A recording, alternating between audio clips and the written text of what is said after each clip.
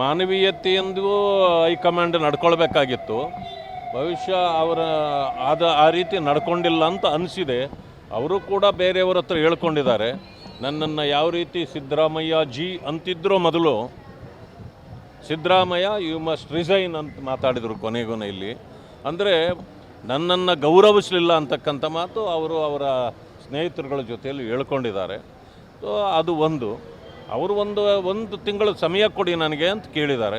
So ಅದಕ್ಕೂ ಕೂಡ ಒಂದು ದಿವಸನೂ ಇಲ್ಲ, ನೀವು ನಾಳೆನೇ ರಿಸೈನ್ ಮಾಡಿ ಅಂತ ಖಡಕ್ಕಾಗಿ ಹೇಳಿದರು ಅನ್ನೋ ಮಾತು ಕೂಡ ಈಗ ಕೇಳಿ ಬರ್ತಾ ಇದೆ. ಅದರಿಂದಾಗಿ ಅವರು ಇವತ್ತು ಅಗೌರವದಿಂದ ನಡೆಸ್ಕೊಂಡಿದ್ದಾರೆ. ಆದರೆ ಅವರು ಅದನ್ನು ತೋರಿಸ್ಕೊಳ್ಳೋದಿಲ್ಲ. ಯಾಕೆಂತಂದರೆ ಹಿರಿತನದ ಗೌರವ ನನಗೂ ಹೋಗಬಾರ್ದು ಅನ್ನೋ ಕಾರಣದಿಂದ ಅವ್ರು ತೋರಿಸ್ಕೊಳ್ತಾ ಇಲ್ಲ. ಆದರೆ ಕಾಂಗ್ರೆಸ್ನ ಸಂಸ್ಕೃತಿಯೇ ಅದು ಬಂಡವಾಳಶಾಹಿಗಳಿಗೆ ಮಣೆ ಆಗ್ತಕ್ಕಂಥ ಪಕ್ಷ. ಅದು ಇವತ್ತು ಕೂಡ ಬಂಡವಾಳಶಾಹಿಗಳಿಗೆ ಮಣೆ ಆಗ್ತದೆ. ಯಾವ ರೀತಿ ತೀರ್ಮಾನ ತಗೊಳ್ತದಂತ ನಮಗೆ ಗೊತ್ತಾಗೋದಿಲ್ಲ. ಸೊ ಅವರಿಗೆ ಬೆಂಬಲ ಅಂತೂ ಹೆಚ್ಚಿಗೆ ಇದೆ ಅಂತಕ್ಕಂಥದ್ದು ವ್ಯಕ್ತವಾಗುತ್ತೆ. ಒಟ್ಟಾರೆ ನಾನು ಹೇಳ್ತಕ್ಕಂಥದ್ದು, ಈಗ ಹಿಂದುಳಿದವರು ಮುಖ್ಯಮಂತ್ರಿ ಆಗಿ ಆಯಿತು, ಅಂದರೆ ಲಿಂಗಾಯತ ಸಮುದಾಯದಲ್ಲಿ ಬಹಳಷ್ಟು ಆಯಿತು, ಬ್ರಾಹ್ಮಣರಲ್ಲಿ ಬಹಳಷ್ಟು ಆಯಿತು, ಒಕ್ಕಲಿಗರಲ್ಲಿ ಬಹಳಷ್ಟು ಆಯಿತು. ದಲಿತರಿಗೆ ಹಾಕಿಲ್ಲ. ಕಾಂಗ್ರೆಸ್ಸು ದಲಿತರನ್ನು ವೋಟ್ ಬ್ಯಾಂಕ್ ಮಾಡ್ಕೊಂಡಿತ್ತು. ಇದುವರೆಗೂ ಆ ಪ್ರಸ್ತಾಪ ಇಲ್ಲ. ಮೊನ್ನೆ ಮಲ್ಲಿಕಾರ್ಜುನ್ ಖರ್ಗೆ ಅವ್ರನ್ನ ಮಾಡ್ಬೋದಾಗಿತ್ತಲ್ಲ ಅಲ್ವಾ? ಇಷ್ಟೊಂದು ದೊಡ್ಡ ಹಿರಿತನ ಇದೆ ಅವ್ರಿಗೆ, ಅವ್ರನ್ನ ನೀವು ಮುಖ್ಯಮಂತ್ರಿಯಾಗಿ ಮಾಡೋಕ್ಕಾಗಿಲ್ಲ. ಅವ್ರು ಬೇಡ ಅಂತಂದರೆ ಪರಮೇಶ್ವರ ಅವ್ರನ್ನ ಮಾಡ್ಬೋದಾಗಿತ್ತಲ್ಲ. ಅವರೂ ಬೇಡ ಅಂತಂದರೆ KH ಮುನಿಯಪ್ಪನ ಮಾಡ್ಬೋದಾಗಿತ್ತಲ್ಲ. ಅಂದರೆ ದಲಿತರು ನಿಮಗೆ ಬರೀ ಓಟು ಹಾಕ್ಲಿಕ್ಕೆ ಇರೋದಾ? ಅಂದರೆ ನೀವು ಎಷ್ಟು ಸಾರಿ ವಂಚಿಸ್ತೀರಿ ಅವ್ರನ್ನ? 80 ವರ್ಷಗಳ ಕಾಲ ನೀವು ದಲಿತ ಸಮುದಾಯಗಳನ್ನು ನಿರ್ಲಕ್ಷ್ಯ ಮಾಡಿದ್ದೀರಿ, ಅವರ ಮತ ಬ್ಯಾಂಕ್ ಮಾಡ್ಕೊಂಡಿದ್ದೀರಿ. ದಲಿತರು ಅಂತಂತಂದರೆ ಕಾಂಗ್ರೆಸ್ಸು ಅಂದರೆ ದಲಿತರು ಅನ್ನೋ ಪರಿಸ್ಥಿತಿ ಇತ್ತು.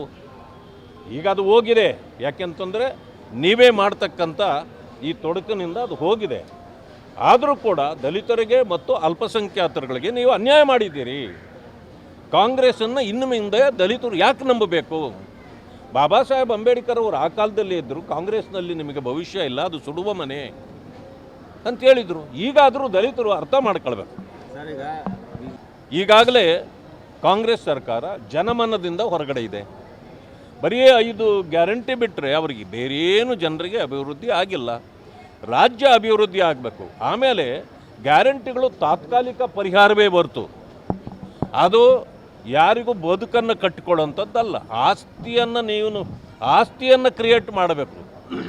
ಅಸೆಟ್ ಕ್ರಿಯೇಟ್ ಆಗದೆ ಅಭಿವೃದ್ಧಿ ಗ್ಯಾರಂಟಿಯಿಂದ ಗೆಲ್ತಾ ಇಲ್ಲ. ಗ್ಯಾರಂಟಿ ಯಾಕೆ ಮಾಡ್ತೀವಿ ಅಂದರೆ, ಮುಳ್ಳು ಚುಚ್ಚಿದ್ರೆ ಏನು ಮಾಡಬೇಕು ಗೊತ್ತಾ? ಮುಳ್ಳನ್ನು ಮತ್ತೆ ಮುಳ್ಳಿನಿಂದಲೇ ತೆಗಿಬೇಕಾಗತ್ತೆ. ಹೌದಲ್ಲ? ಅಲ್ಲಲ್ಲ, ಅದು ಕಾಪಿ ಆಗೋದಿಲ್ಲ. ಅದು ಮುಳ್ಳಿನಿಂದಲೇ ಮುಳ್ಳು ಚುಚ್ಚಿದ್ರೆ ಬಿಟ್ಬಿಡೋದಾ? ಈಗ ಗ್ಯಾರಂಟಿ ಸಂಪೂರ್ಣ ಸರಿಯಲ್ಲ ಅಂತ ನಾನು ಹೇಳೋದಿಲ್ಲ. ತುಂಬ ಬಡವರು ಇರೋರಿಗೆ ಅದೇ ಆಶ್ರಯ, ಎಲ್ಲರಿಗೂ ಅಲ್ಲ. ನಿರ್ಭೀತ, ನಿಷ್ಪಕ್ಷಪಾತ, ವಿಶ್ವಾಸಾರ್ಹ ಸುದ್ದಿಗಳಿಗೆ ಮತ್ತೊಂದು ಹೆಸರಾಗಿರುವಂತ ನ್ಯೂಸ್ 18 ಕನ್ನಡ ಈಗ ಆಪ್ನಲ್ಲೂ ಲಭ್ಯವಿದೆ.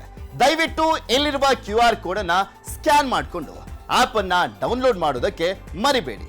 ನಿಮ್ಮ ಬೆಂಬಲ ಹೀಗೆ ಸದಾ ನಮ್ಮೊಂದಿಗಿರಲಿ. ಧನ್ಯವಾದ.